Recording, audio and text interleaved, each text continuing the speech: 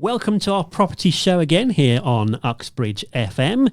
And we welcome back Steve and Andrea from Fuchsia Homes in Ruislip Manor. Good morning. Now we're chatting today about buying an investment property. Maybe it's something you're thinking of doing for the new year, or maybe it's something you've been thinking about for a while. I'm assuming that's something that Fuchsia Homes can help with. Absolutely. Especially the advice side, the consultation side of it. Let's make sure you make the right investment. Now, buying an investment property is not as attractive as it once was, is it? There's all kinds of stamp duty increases and income tax charges that have made it less attractive. All kinds of rental revenue that's going to be taxed. Just run us through some of the new rules that have come in. Oh, goodness me. Right, how much time have we got? The government doesn't seem to like investors at the moment at all. They're very quick to say there's a big housing shortage and we need more property out there. But it was the investors that were buying up these properties to give people somewhere to rent. So it's always been counterintuitive since they've brought in the new style of stamp duty. So the extra 3% that you have to pay on top of normal stamp if you're buying an investment. So that's probably the biggest killer. It's a huge expenditure, makes a massive difference on when you're working out your calculations about the overall cost of what it's going to cost to have that investment. We've got a lot of more tax regulations coming in this year at some point from HMRC. Don't know when. We've been asking, but we do have compulsory reporting coming in, compulsory quarterly reporting on the gross income of the property. So people need to be aware of that.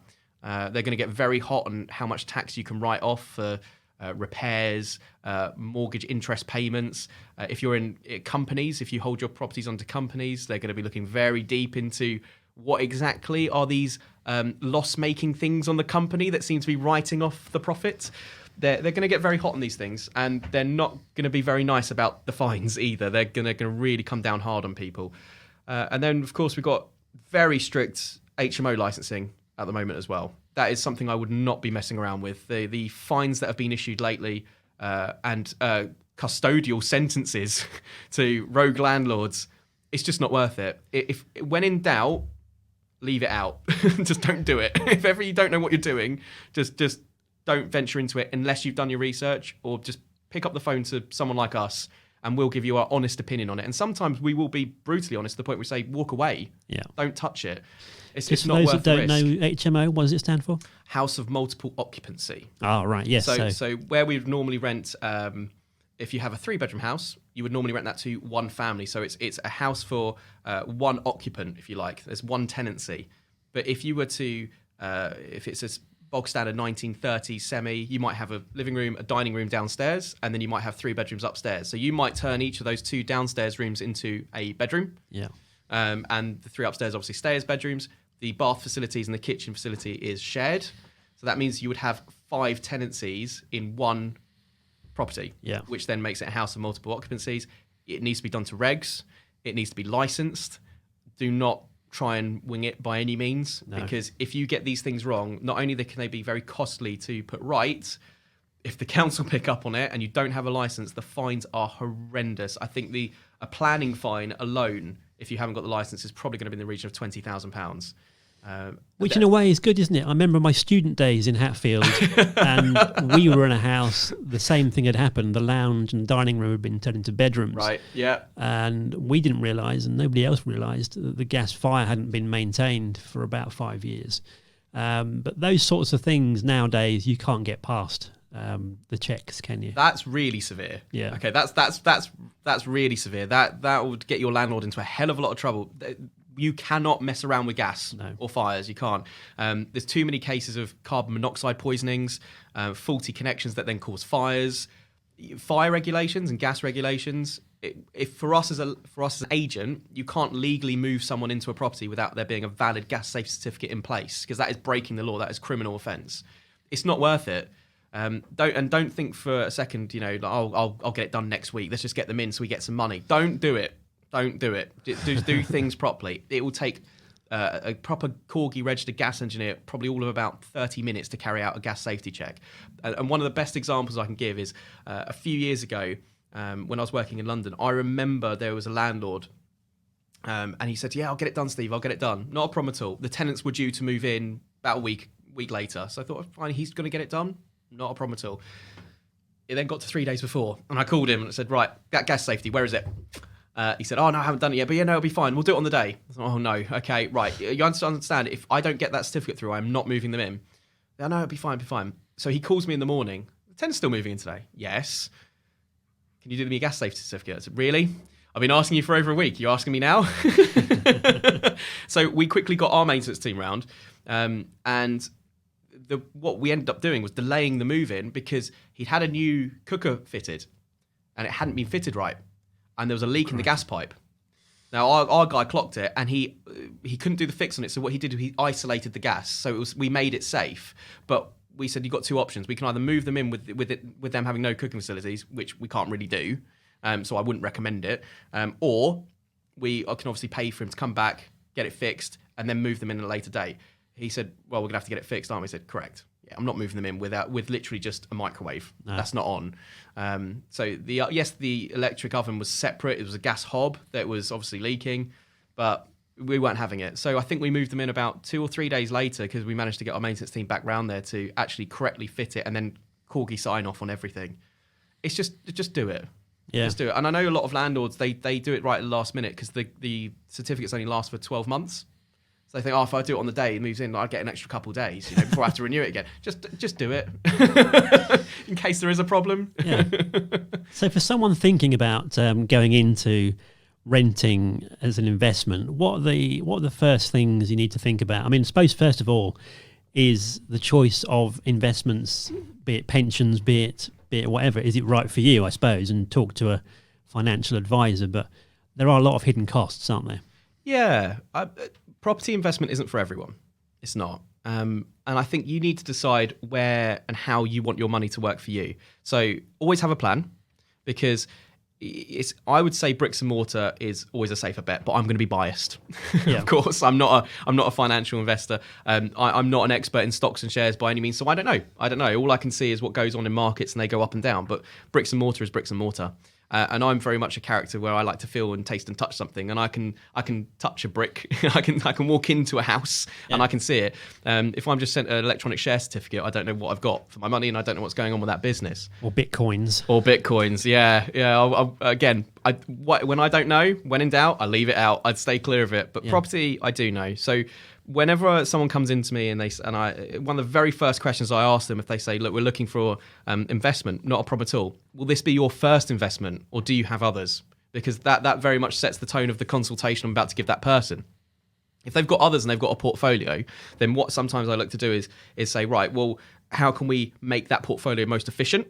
And also, how can we spread the risk to make that portfolio as risk-free as possible? So, God forbid, things, lifestyle change in the future, that portfolio could take care of you. Or if you needed to dissolve it fast, you have an exit strategy. So that's for more the seasoned investors that have maybe got 1 or 2 or 3, or I've even met investors up to they've got over 100 properties, which is absolutely insane. So I deal with everything from that. But I really like dealing with first-time investors. Yeah. So first-time investors for me is quite exciting because I'm helping them build their first steps to having a portfolio. So when I know it's a first-time investor, very simple question: what is your plan? What do you want out of this investment? So do you want capital growth, or do you want some kind of residual income? Okay, so people sometimes look at property as a better pension pot, something that's going to give them a better pension in the future. So if you just want a residual income, something that's just going to give you a bit of profit every single month for you to live on, perfect, not a problem at all. That's a nice simple purchase and a nice simple acquisition. We don't have to worry about selling it in the future. We don't have to worry about if it's going to market's going to go up or down. It doesn't matter because it's going to be rented, and as long as it pays out that little bit of money every single month for the rest of your life, you're happy. What then happens after you die is down to your executors and what they want to do with it. Yeah. But then there's the other people that say, well, actually, Steve, we want some capital growth. That's a bit of a different plan, because then we have to look what the plan is. So are we going for a 3-year, a 5-year, maybe a 10-year plan? So at what point do we trade up? At what point do we sell that property to get the capital value out of it? So it's going to have the residual income over the course of, say, 5 years. But on year 5, we say, right, that's when we sell it. And we sell it, we get the profit out of it, and then maybe we use that funds and go buy another 2. And then we repeat it again. And in 5 years' time, we'll sell those 2 and we'll go buy 4. But that is a gamble, because that to me is saying, right, I'm betting you, Steve, in 5 years' time, you're going to buy this property. In 5 years' time, it's going to go up in value to such a point that you're going to make tons of money on it, and we can go buy two with the profits. And it's a gamble. And the markets at the moment are interesting, I think is the way to describe the housing market at the moment. It's definitely got a lot busier since we've obviously got a bit of Brexit certainty now, and we know what's going on a bit more. We'll wait to see what happens at the end of this month. But we're still having a gamble. But the way you got to look at it when it comes to British property is the housing market has always increased. It has. We've gone through several recessions now, and it's always increased. It's always got more value than what it was worth pre-recession. You know, it's always recovered, or it's never dropped low enough that it hasn't recovered. So we are having that gamble. But anything can happen in that 5-year period. If you're mortgaged up to the hilt on that property because you wanted to put in least amount of capital possible, God forbid the 5-year hits and we hit a recession, you could be in negative equity on that property. Yes, you've had the residual income on that property over the course of the 5 years, but then the plan goes to pot because you can't sell it because you'll make a loss. It is a bit of an educated gamble. Would I recommend to people at the moment to go down the route of capital growth? No, unless you're able to pick up something that's way below market value for some sort of reason, like it's dilapidated, it's in really poor condition. A lot of people say, what if we pick up something at auction, Steve? I said, you can do. Careful of auctions, because remember, when the hammer drops, you own it. Yeah. So make sure you do all your research and everything beforehand and know exactly what you're getting into. It's worth spending, £500 to £1,000 on a survey before the hammer drops, because that £1,000 on a survey could save you maybe £300,000 if the property turns out to be really bad to the point where you can't turn it round. It's a balancing act. It's a balancing act. I don't mind. But I will always do right by my customers. I always do right by my clients. As I said last time, do right by granny. Yeah. So I would never recommend anything to one of my clients that I wouldn't recommend to my granny. So when I'm looking at people that want to look at capital and residual growth, then I will be as cautious as physically possible. So I will try and find them a property in potentially an area that's getting investment or some sort of infrastructure going in, where the odds of that marketplace going backwards are pretty much nil. And the only thing that could affect it, if there is changes in the market, is that it might not grow as fast. If that kind of makes sense. So there's no risk of it falling into negative equity. It just where it might be growing, hypothetically speaking, 10% year on year. There's a change in the market, it might just grow at 5%. It's still growing. So their plan still stays. They just might not make as much profit on the end. So when someone comes to you as a first-time investor, you'll help them go through some basic sums in terms of yield. There's some terms that I've learned today, by the way. Yeah, I've probably just thrown a load of jargon out there. I'm really sorry. We've got yield and we've got void periods as well. We've got void periods. We've got and yield. I mean, you could look at your gross yield, your net yields, void periods, your taxations. There's so much jargon that gets thrown around with investments. Like it said, residual growth, capital growth. Yeah. Where do I start? It is a minefield of jargon. I try to cut out all of that and put it in layman terms as best I can when I'm meeting with my clients, because if I was someone coming off the street, I wouldn't know where to start. No. And I think a lot of people just think that if you put in a chunk of money, I buy a property, it rents, I get a chunk of money back. There's so many things on a monthly basis that could erode that income, and you must take that into consideration, because you could very much quickly buy a property, but it can very quickly turn out not to be a good investment. And that's why I am Mr. Cautious. So I will give every eventuality to my client to say, right, these are all the things that could happen. Odds are they won't, but let's budget for them just in case. So especially when buying an investment, most people will calculate the income of the property over 12 months. I say don't. I say calculate it over 10. So you've got 1 month as a void period. So a void period is potentially when there is no one in occupancy. There's no one in that property to pay rent. Yeah, that could be because you've just bought it and it's just gone online with the agents and they're trying to find a tenant. Or the old tenants moved out, you're trying to find the new tenant, and they weren't able to back-to-back it to mitigate against the void period. So take out 1 month, that's your void. The other month, take out as maintenance. So I always say set aside 1 month a year for maintenance costs. So if it rents for £1,000 a month, that means you've got a budget essentially of £1,000 that year for maintenance costs. If you get to the end of the year and you haven't spent it, fantastic, brilliant, bit of extra money, bonus. But you've calculated for it just in case, and it only takes a boiler to break, and that money's gone. That's the big one, isn't it? Yeah, mentioned the boiler. There's always biggies, but the boiler's probably the most common, especially when you were coming out of the autumn period into winter. Everyone's flicking the heating on for the first time. The amount of calls our property management team get because there's no hot water or it's not firing up. Thankfully, a lot of the time it's something minor, just needs a pressure top up, or there's a bit of air in the system. Other times you get, as we had, a whole fan break in one of our boilers, but it happens. The maintenance team, again, you need to factor that in. Do you want to manage the property? Do you want that call in the middle of the night to say a key snapped in the lock, or a boiler's broken, or there's a water leak, there's water pouring through the ceiling? Or do you want to give that to a managing agent to worry about that, who has a maintenance team? And I think that's really key as well. Always look for a managing agent that has their own maintenance team that doesn't subcontract out, because there'll be a cost differential there. If they're subcontracting out, the cost will naturally be higher. They'll have call-out charges, they'll have things like that. If they've got a maintenance team in-house, that was one of the fundamentals when I built my company. I wanted my own maintenance team. So we've got 2 vans and a pickup truck full of plumbers, builders, and sparkies constantly on the road. Yeah. They're working on some projects from some clients, but if, God forbid, a boiler were to break, they'll be out really quickly.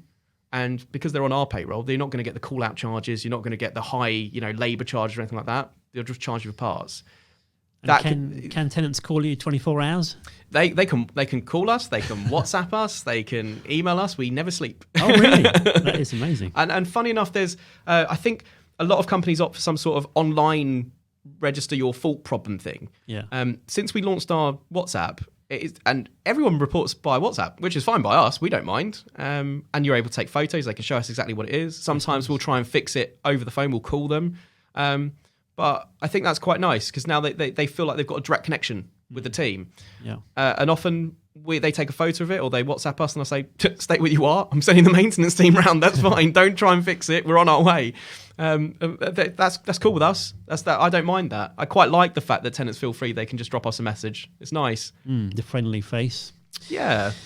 So just thinking back to perhaps areas in the country where you're saying not necessarily rent near you, which yes, controversial. The temptation is to rent controversial nearby because the area, but you're saying maybe do some research.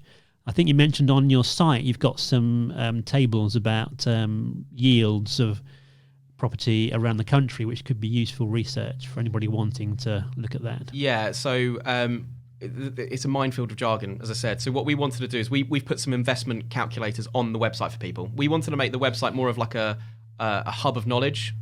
So not like loud and shouty, oh, look at us, we're Fuchsia Homes. No, we actually wanted people to go to it. There's the blog that I suppose at least 50% of my blog that I post are actually on renting, tenants, stuff like that. So how to make your property just better for tenants, how to mitigate against problems. And then we've got the investment calculators. So take away all those spreadsheets and all that kind of stuff. Just let it make it nice and easy for you. Put in the purchase price, put in what it rents for, things like that. Let the calculator on our website do the rest for you so you can work it out. Yeah. It just depends where you want to benchmark. It just depends where you want to benchmark your investment. So as you would do with a savings account, as you would do with stocks and shares, you want to know how much you're going to make a year on interest. Yeah. So I think savings accounts at the moment are, I'd imagine, probably around about 1%. Our interest rates aren't great at the moment. So, where do you want your benchmark to be? So if I was invest 100 grand into a bank, I'm going to get 100%. Fine. Right. If I get 1% back, not 100%, that'd be fantastic. But if I invest 100 grand into a property, I want 5% back. Okay, fine. So then you have to go online, use our website, work out what the purchase price would need to be to get you 5% back. But be clear, that is gross. It's not including all the deductions every single month. Not including your void periods or your maintenance. Taxes and fees and God knows what else that goes with tenancies and landlords and things like that. But I think the statistic is there must be about 80 to 90% of landlords normally buy a property to invest within 5 miles of where they live, I think's the stat. Yeah. Which to me is, if that's what people want to do, fine, okay. But what you're essentially doing is you're putting all your eggs in one basket, okay. And that worries me, because if there's a local market change, say there's a really good school in the area, a school that gets amazing Ofsted reports, so everyone wants to live in that catchment of that school, and you have to be within a quarter of a mile of that school to get your kids into. So anything you buy there is going to rent really, really well, and you're going to get a premium for it. And there's probably going to be some capital growth as well. The property value itself will grow. So that's great. And you think, well, I've got great investment. 2-3 years later, the headmaster changes, the school goes down. Yeah. Well, suddenly you can't rent that property, and suddenly you can't. Any change in market condition can affect that. So it not only affects where you're living, but it affects your investment. So I always recommend to people, spread the risk. Spread the risk. Do your research. Invest in areas where there is government money going into it. So where there's regeneration projects going on, where there's infrastructure going in, Crossrail, for instance. Great. Of course, yes. Yeah. Look at along the Crossrail route. Fortunately, we've probably missed the boat on that, because those areas used to be cheap, and now they've just shot up in value like mad. I think you mentioned Milton Keynes and Luton and fast train links into London. I think it's 40 minutes now straight into London from Luton. That's why would you not live in Luton now? So you've got areas around here where a 1-bedroom flat would cost you 300 grand. Yeah, but you could pick up a 1-bedroom flat in Luton for 120.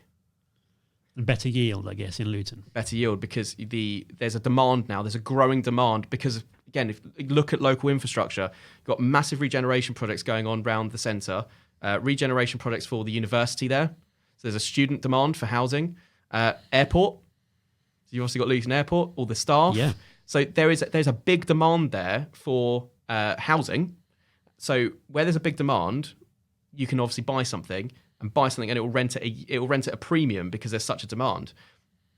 What's going to happen, though, probably over the course of the next 4 to 5 years, is you're going to see the house prices of Luton increase, where the rental prices stay quite flat. So at the moment, you might be looking at 5 to 6% yields, but as the house prices catch up with the rental prices, obviously that percentage that you're returning on your money is going to drop, because you're going to be buying the properties at a higher value. Good area at the moment if you want capital growth over the next 5 years. If you're just looking for a 5-year plan, Milton Keynes, maybe Northampton, Luton, that's obviously going north. The other option is you could look at student towns. Yeah. Universities aren't going anywhere. I hope not, anyway. So look at university towns. Warwick, Durham, Exeter is a good one. Any of the big universities, Newcastle, Manchester, Liverpool, expensive now. Very expensive. You've missed the boat on that one. Birmingham's very expensive as well. That's had a massive drive on regeneration and housing over the last 5 to 10 years. The controversial HS2 going in there, another investment being pumped into that area. I was there in December with my other half at the Christmas market. Yes, we drove for over 2 hours just to go to a Christmas market and drink beer and eat churros, funny enough, which I don't think is very Bavarian or German. But when I walked through the town centre, and I hadn't been up there for years, probably last time I was up there was 7-8 years ago, it has changed so much. And you can see that there's been a massive amount of investment into Birmingham, huge amounts. So where there were derelict kind of factory areas, they're all being turned into now funky apartments, these old warehousey buildings. So they look very similar to the ones we get down in Bermondsey in London, round like Tower Bridge and Borough Market. Wow. All these old warehouses being turned into really kind of funky chic properties. And then you're looking around like the Bull Ring, all completely redeveloped. You take notice of what kind of demographics the brands that are moving into those areas are appealing to, and how busy those shops are. So, is a Selfridges, for instance, how busy is a Selfridges compared to a Debenhams? The Selfridges was packed, absolutely packed, which would imply that there's now there's more wealth, there's more wealthy people in those areas. So, but if you look at house prices in Birmingham versus 10 years ago, they've probably over doubled. Interesting. We've missed the boat. Yeah. But would have been great for someone that had a capital growth plan that didn't really mind the residual every single year, but they might well be looking at selling their properties now for over double what the value was 10 years ago. That's why I say to people, spread it. Yeah, eggs in one basket. Yeah, that is it. Don't put all your eggs in one basket. If you've got the option of buying one big house versus maybe buying a couple studios and one beds, buy the studios and one beds, because if that one house has a void period, you've got no income. And you've got to pay the mortgage on that unless you've literally put all your cash into it, unless you've put literally all your eggs into one basket and put your whole investment pot in with no leverage on it. If ever you've got I don't know, 2 studios, 2 1-beds, if one's empty, it doesn't matter. The other 3 will pay for it. Interesting. So it's all about lowering the risk and having a portfolio that really works for you, because that's the idea of it. At the end of the day, you want a return. You want it as an investment. If it's not making you money, there's no point having it. Yeah. So as an investor, you could either go down the I'll do it myself route, or you can go the agent route. Obviously, you'd recommend you go with an agent. Well, what's the do it yourself route? What do you mean? Well, the tenant calls you up directly and says, "My fridge has gone wrong. Can you come and change it at midnight?" Yep. Yeah. The classic one is the key snapping in the lock. Yeah. That is the most common one. So you've come home, a tenant's come home late at night in winter normally, and they put the key in the lock and clink, and it snapped. No. That's the most common one you'll get in the middle of the night. It's very rare to get a boiler breakdown or a leak, or unless it's coming from another property. But that's the common one, and that can either be really easy fix because we might be able to pull out the old key. Yeah. Or that could be a real pain, because which I've had, I haven't had it around this area, but this tends to happen in London where we've got blocks, Art Deco blocks, old locks. Yeah. I have had someone snap the communal door key. There's no fob. So everyone just uses the same lock. And we've had an emergency locksmith out. Our guys have been out. They've changed the lock at about midnight. We've let our tenant in. There's another 5 tenants in the building, and they're either not going to be able to get out in the morning because we've changed the barrel on it temporarily. Of course. Or they're coming back from having a night out. This is a Friday night. Then what do you do? I drew the short straw that night, and I had the phone, the office overflow phone with me, and we put a big notice on the glass saying, "We're really sorry for the inconvenience. The tenant of..." I think it's flat B, we blamed it on them. Tenant of flat B accidentally and unfortunately snapped the key in the communal lock. We have changed the lock. We are holding new keys for you all. Please call us at any hour and we will be with you within 20 minutes to let you in and give you your new set of keys. We must have done 4 or 5 trips that night to the property. So it was typically, we done one, and then I went and knocked on the other doors just to check if anyone's in. No one's still in. It's Friday night, aren't they? It's in London. Yeah. So by the time I got back to my house, the phone would ring. So, "Hi, I've just seen your notice on the door. No trouble at all. I'll wait here for you." Cool. Good job I didn't take my jacket off, right? Back into the car and back into London, back down to Kilburn. So as far as fees for agents go, there's obviously a wide range of fees, isn't there? What's the sort of average? We had the fee ban. We had the fee ban that came in. So the fee ban, that was well overdue. That was very much overdue. I was, this is going to be controversial if there's any agents watching this, I was actually for the fee ban. Yeah. Because I thought it was outrageous that when you rucked up all the fees, a tenant could be paying close to £3,000 to £4,000 just to move into a house. When you had, there were some funny things that agents were charged for. £150, £200 for admin fee for preparing a contract. Yeah. A referencing fee. They would have to pay for half of the inventory. Suddenly all these costs, and they think, well, why am I being lumped? I just want to move into it. I just want a roof over my head. So I was for this, and there was a lot of business out there that I know had their business model based on fees. So overnight, we saw half of their profits just gone. The fee ban never affected us. We've never ever charged fees to our tenants, ever. We don't. So the only things that landlords need to worry about are, one, the service. So what do they want from that letting agent? Okay. Do they want them just to find them a tenant? That's it. Reference them, do the contracts, move them in. Do they want the agency to collect the rent every month? Make sure everything gets paid on time and then transfer the rest to them, but they're still managing it? Or do they literally want full management? Do they want that agent to take over everything and then just sit back and watch it hit the accounts every month? Okay. Now, this is where I've got a bit of an issue with what is full management. How do you define full management? Because I love to mystery shop. I love to mystery shop other agents just to get an idea of what the competition is doing out there. I have a very different idea of what full management means, and that's coming from someone that is also a landlord. Okay, so if I know that I'm a busy guy, and I'd know that if I was giving the responsibility to someone else, I would literally want everything taken care of. Yeah. Okay? But if I'm literally paying for the service, and that's a full management service, I expect that to include everything. Okay. Most agents will charge a percentage. On average, that percentage for full management is between 7 to some agents in more luxurious areas might charge up to 18 to 20%. Really? A month on the rental income for the option to manage it. Okay, but their idea of managing it is say, right, we're here. Anything goes wrong, the tenant calls us. We'll organise repairs. If it's over a certain value, we'll get some quotes in before we do anything, and we'll run it past you. Fine, okay. But herein lies the problem. This is why I always say to my landlords, beware of hidden costs, annual hidden costs.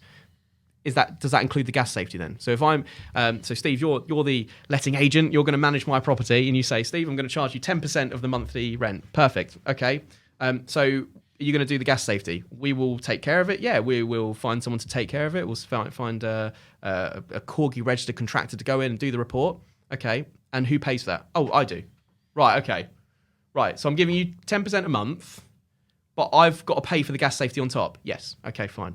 What about an inventory? Oh, no, you've got to pay for that on top as well. Okay. All right. Well, I can see a pattern forming here. Yeah. Okay, what about a check-in? No, that's on you. Okay, right. What if I want an electrical fixed wiring safety check? Well, it's not law, but it's best practice to have one. Okay, so do you provide that? Yes. Okay. Do I have to charge that on top? Yep. You're going to pay for that on top. Okay, right. I've got some portable appliances in the property. I was going to leave them a microwave and maybe like a TV and some other bits and pieces. So what about a portable appliance test, a PAT test? Oh, yeah, we can sort that out for you. Cool. Is that included in the management fee? No, you pay for that on top as well. Okay, right. So suddenly all these bolt-ons, they start really racking up. Yeah. And what you find is that the agents load them. So if a gas safety certificate for the agency costs them 80 quid, the agency might charge 100. So because of the fee ban, I've seen a lot of agents out there try to make money off the other products, and they're bolting them on. Okay, again, that's not right. I don't like that. I don't think that's right at all. This is where I've got my own maintenance team. We will just come out. We'll do it. It's included in our fee. So we don't charge a percentage. We charge a fixed fee for full management. Ah, all right. That's it. It's a complete fixed fee, and it includes everything. And there's a lot of things where agencies will get the landlord to sign a waiver. So I've come out and seen you, Steve, and I'm saying, right, you could have a fixed wiring certificate. It's going to cost you a lot extra. Or you could just sign this waiver to say that I'm not liable if you electrocute one of your tenants. It's on you, Steve. That's all right. Well, that's not right. I'm the letting agent. I should be taking care of you or my client. Yeah. So these are things that we just do as standard. So we go, I call it what is best practice. I go above and beyond because it's only a matter of time until some of these things become law. The government's been talking about bringing in Legionella tests over the last couple of years. We're doing it now. We just do it as standard. Yeah. Why not? Why wouldn't you? I don't want that liability on me or my landlord. They're talking about bringing in standardised health and safety checks for a property. And if they're not at the standard, then you can't occupy the property. It has to be brought up to a certain standard. We're looking into that now. That's going to be going live with Fuchsia Homes very soon because we're just trying to work out the logistics of it and what actually the government wants, what actually deems as what they're classifying as too low a standard, which actually I think is a bit ridiculous at the moment. When I've seen what is the low standard, it's shocking how low that is. You know, you're pretty much moving someone in with no roof, no electricity, no water, what the government is asking for on that is just basic living standards. So I'll be shocked if any property out there doesn't pass that because then that really shouldn't be occupied. But we'll be building that in a standard into our management pack, just so the landlord again is covered. Fixed wiring test, PAT testing, we do it. It's a standard. Everything is included in that fixed fee. That's what I wanted to create for my landlord. Say, right, that is a true full management package. Pay one lump sum every month out of the rent, but you don't have to worry about the thing. All the liabilities and regulation are on us. We're the professionals. We're the consultants. So if every God forbid anything should go wrong or we miss something or anything like that, it's not on you. You're the landlord, but we're the managing agent. Liability's on us. And that's how it should be. That's how it should be. Yeah, that's how it should be. Yeah. Yeah. I don't need to pinch pennies off the back of selling products on top of what we already offer. That's not the right way forward. I would rather build really good relationships with my investors and make sure that they understand their property is really well taken care of and that they can just sit back and relax. They don't have to worry about a thing. It's on us to make sure the property stays completely compliant. There was a property in Pinner, a 2-bedroom flat. The landlord wouldn't even know that the gas safety was up for renewal. why am I going to bother? I don't need to bother him. I just sent my maintenance team round. We did the new gas safe certificate. We've done it. It's done. That's it. There's no extra charge to him. It's done. It's part of the package that he's paid for every single month. That's it. He can just get on with his life. His investment is doing exactly what it should be doing. It's making him money. We have the aggravation of it. That's what you're paying us the full management charge for. Yeah. Perfect. Now, what about investing abroad? Is there any? Is that a different ball game? That is a very different ball game. Very different ball game. And I suppose you need to be where I say you do your research where to invest in the UK. You very much need to do your research when you're investing abroad. Definitely. I can advise to a degree, but this is going to come down to what government initiatives are being brought in certain countries, how kind they are to foreign investors. If you think like how kind we are to foreign investors, we're not, because they'll get hit with a big stamp duty bill if you try and buy and you're not in the UK. And then there's other places where you've got to think, well, if in the UK I'm buying something because it's got infrastructure, it's got tubes, it's got schools, why are you buying in those other countries? Because that's going to take you a good 6 months of research or probably living out there to understand where those areas to buy. But is your target marketplace then locals? And if it is, typically the local areas always return less money. Yeah. So most people invest in holiday homes. Most people invest in areas where there's a high touristy area. This is getting into the realms now of B&B, Airbnb, which is short tenancies, high value, but then come with inherent costs. So people that buy holiday homes, again, if you want to buy a holiday home, not a problem at all. Yeah. There are restrictions now in the UK, like up in the Lake District and Peak District, where you can't, or if you do, you cannot occupy that property for a certain amount of time in a year. It has to be rented for a certain amount of time a year. So local governments are putting stipulations now on holiday homes and what you can and can't do with them. Because if they're bought as a holiday home, they must stay as an investment. Yeah. But if you're renting them on Airbnb, you might have someone go in for a week, and you might rent that holiday home in an off-peak time for £100 for that week. They obviously leave the place. You don't know what condition they're going to leave it in, and the deposit on the property might only be £100, and they might have broken the oven, and the oven's £700. Yeah. But you're going to have that cleaned as well weekly, so it's going to have some sort of someone there to keep an eye on it, some sort of caretaker, if you like, to go in, check the place, make sure there's tea and coffee, make sure it's clean, make the beds, change the sheets and everything like that. That cleaning could cost you £80.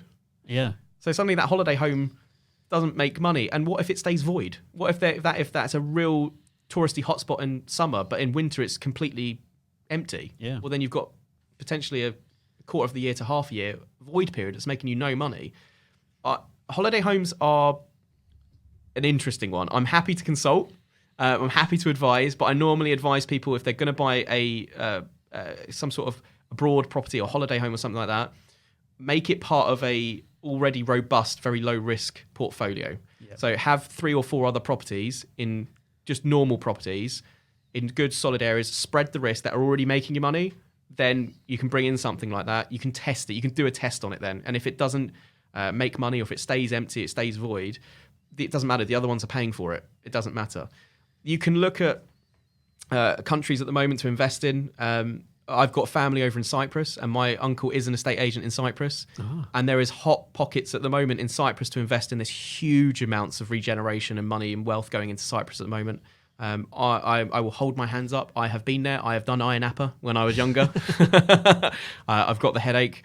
I've got the scars, the damaged livers. I've been there and done it. Ayia Napa, for if you look at it now versus what it was 10 years ago, massive investment there. It's going to be a whole new marina. Wow. They're turning it into almost like a Monaco. They're trying to turn it into a Monaco. Beautiful, like the CGIs I've seen for it. And they're building this luxury tower of apartments overlooking the Med.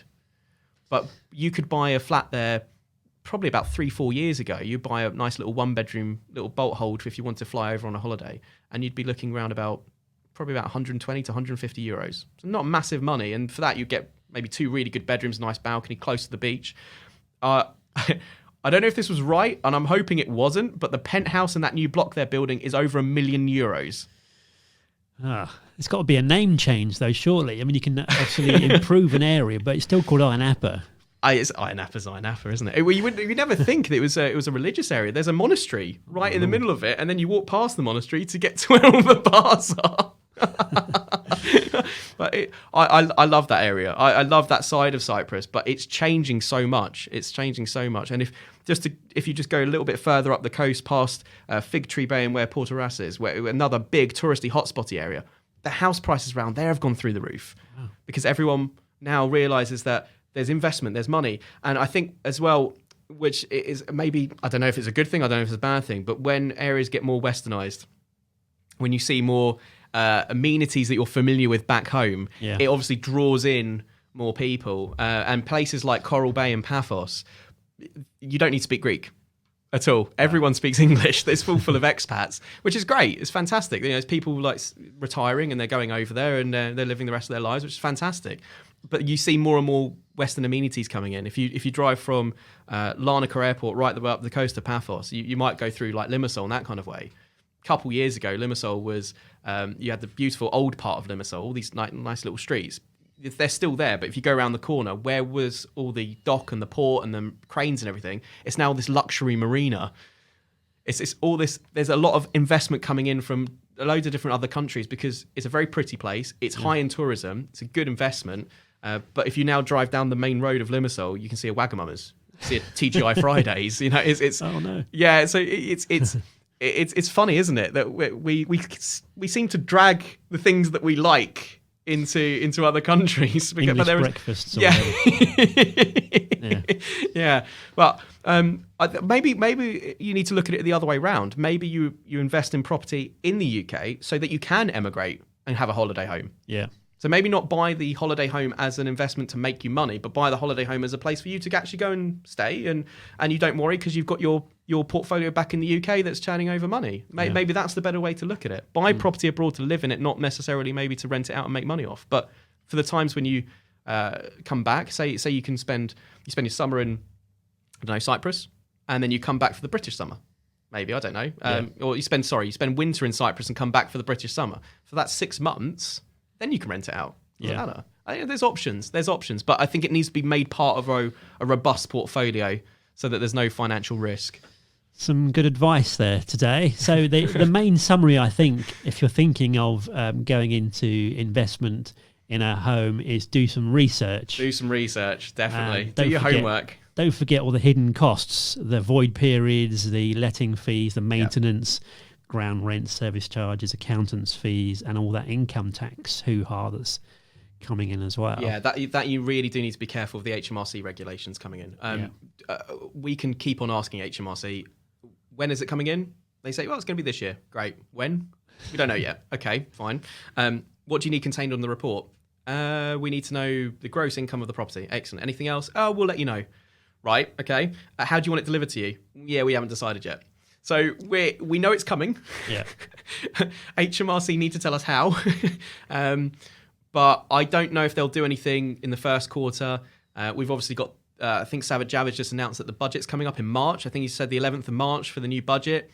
I think they're probably going to wait until he is clear over what new taxations and things are coming in before they then go and legislate for the new regulations over the landlords. They are saying to landlords, come clean now. Yeah. If you go and search this kind of stuff online, it's there. There is an HMRC, like almost little microsite that's been set up that says, look, landlords, we know you've been avoiding tax.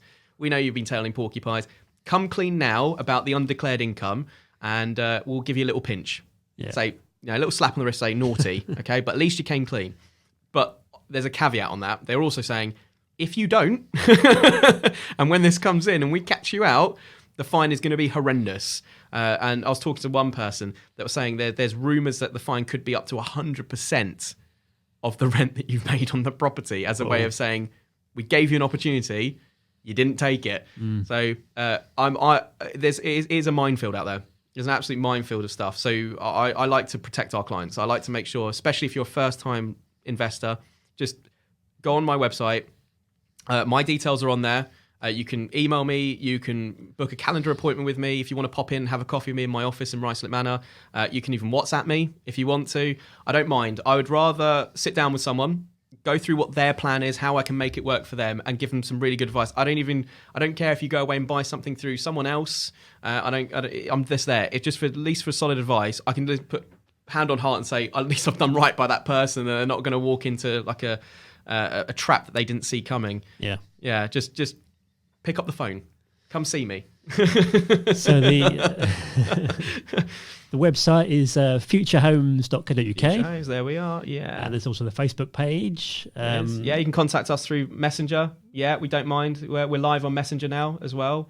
Or you could, if you follow the blog, I think if on the blog there's also the option to WhatsApp me. Great. Yeah. All kinds of ways to get in touch. Yeah. No excuse. No, and honestly, I've done that because the amount of properties we go out and see where there's obviously landlords that have bought their first investment and they're in trouble. There's something that's gone wrong which they didn't realise for, they didn't account for, and I'm often having to give advice, and then sometimes even trying to correct the mistake.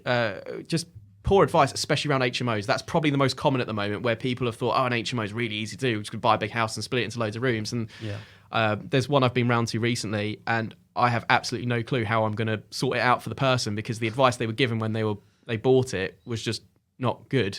And to get it to meet the regs and for us to do the application for it, we're going to have to spend some money on building work. Unfortunately, they never factored that in. They thought, no, I've put fire alarm system in, that's it. So, well, hang on, where's your emergency lighting? Is your kitchen big enough to have this many occupants? Have you got enough cookers? Did you know you need more than one cooker if you've got more than X amount of occupants? Same with fridges.